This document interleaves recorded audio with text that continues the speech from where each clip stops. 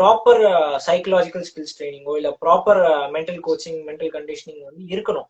அது இல்லாம நான் வந்து இந்த புக்ல படிச்சேன், இந்த அத்லெட் சொன்னா அப்படின்னு நம்ம எடுத்து பண்ணச்சே வந்து சில பேருக்கு ஒர்க் ஆகலாம், சில பேருக்கு ஒர்க் ஆகாது. அதுதான் வந்து ரியலிஸ்டிக் திங். இத பத்தி நானும் வந்து இப்ப வந்து இப்ப சோசியல் மீடியாவோ இல்ல அத்லெட்ஸோ வந்து இன்சென்ஸ் அவங்க யூஸ் பண்ற மென்டல் டெக்னிக்ஸ் பத்தி சொல்றதுலாம் ரொம்ப நல்ல விஷயம். ஸோ என்கிட்ட வந்து instance I work with quite lot of tennis players and badminton players. அவங்க வந்து ஸோ ஜோகோவிச் வந்து நான் விஷுவலைசேஷன் பண்றேன், நான் கான்சியஸ் பிரீதிங் பண்றேன், நான் மெடிடேஷன் பண்றேன் அப்படின்னு சொல்லிட்டு சொன்னாரு. நான் ட்ரை பண்ணேன், ஆனா எனக்கு ரிசல்ட் கிடைக்கல, நான் ஒரு மாதிரி ஆடல அப்படின்னு சொல்லிட்டு நிறைய பேர் சொல்லியிருக்காங்க. ஸோ அவர் ப்ராப்பரா பண்றாரு, அவர் ப்ராப்பர் ட்ரெயின்டு ப்ரொஃபஷனலோட ஒர்க் பண்ணி பண்றாரு, அது ரொம்ப முக்கியம். மூணாவது விஷயம், அவர் கன்சிஸ்டன்டா பண்றாரு for longer period of time. இது மூணுமே மற்ற அத்லெட்ஸ் பண்றது இல்ல. அவர் சும்மா ஒரு வீடியோலயோ ஒரு இன்டர்வியூலயோ சொன்னதை வச்சு நானும் பண்ண போறேன் அப்படின்னு சொல்லிட்டு பண்ணி நீ தப்பா பண்ணி உனக்கு நெகட்டிவ் ரிசல்ட்ஸ் வரதுக்கான பாசிபிலிட்டி நிறைய இருக்கு. அது அந்த அவேர்னஸும் நிறைய பேருக்கு வந்து ப்ராப்பரா இல்ல. And one more thing என்னன்னா, even though if people get into mental conditioning இல்ல mental skills training இல்ல sports psychology coachingல இறங்கினாலுமே the time they are allotting for the sports psychologist is either 1 or 2 session in the week. But if you just go and review Djokovic ஓட work ethics இல்ல any other even Federer was also well known person to speak about mental performance லாம். இத பத்தி பார்க்கச்சே what they do is they do every day. அதுவும் ஒரு நாளைக்கு 2 session 3 session இது undergo விஷுவலைசேஷனோ இல்ல ஏதாவது ரிலாக்ஸேஷன் டெக்னிக் எல்லாம் பண்றாங்கன்னா அந்த மாதிரி பண்ணுவாங்க.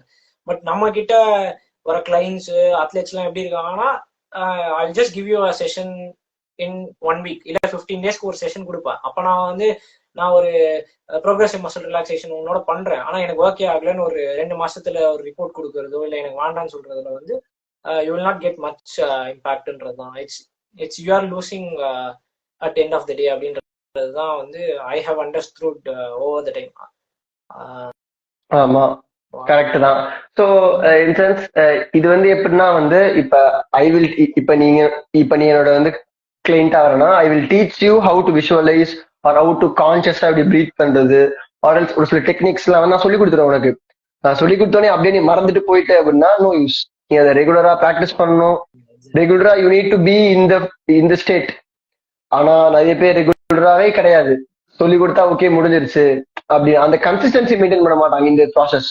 ஸோ நீ எப்படி நீ ஸ்போர்ட் ஆடுறதும் நீ ஜிம் பண்றதும் எப்படி ஒரு ப்ராசஸோ it is also process. So இந்த ப்ராசஸ்ல வந்து கன்சிஸ்டன்டா இல்லாதனால சைமல்டேனியஸா இல்லாதனால தே ஆர் ஸ்ட்ரகிளிங். அது ஒரு மிகப்பெரிய இது இல்லை. அதான் ஆடிங் ஆன் டு தட், இப்போ இந்த கான்சியஸ் பிரீத்திங் இந்த மாதிரியான டெக்னிக்ஸ் எல்லாம் யூஸ் பண்ணுச்சு. You have to be doing it both either in practice as well as in the match. Appadina வந்து you will get result.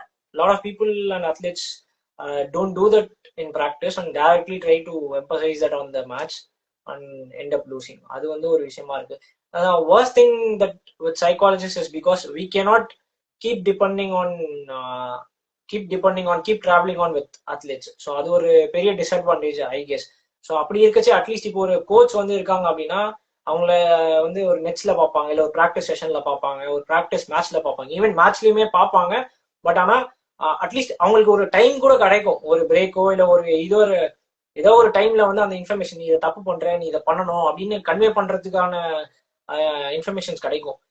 But sports சைக்காலஜிஸ்ட்க்கு அந்த அளவுக்கு கிடைக்க மாட்டேங்குது. ஏன்னா we are not being live there, அது ஒரு ஃபேக்டராகவும் இருக்கு. ஸோ ஐ திங்க் கொஞ்சம் as the sports psychology evolves இந்த மாதிரியான விஷயங்கள்லாம் நம்ம கொஞ்சம் இன்னும் அட்ரஸ் பண்ணி we have to be more with athletes. இப்போ எலைட் லெவல் அத்லெட்ஸ் பார்த்தோம்னா அவங்க வந்து ஸ்போர்ட்ஸ் சைக்காலஜிஸ்ட் கூட டிராவல் பண்றது இருக்கும். அந்த மாதிரி நம்மளுமே வந்து அதுக்கான ஃபெசிலிட்டிஸ் அம்யூனிட்டிஸ்லாம் வந்து உருவாக்கணும்ன்றது வந்து என்னோட பெர்ஸ்பெக்டிவ். ஒரு லேபா வந்து நமக்கு இருக்கு கண்டிப்பா.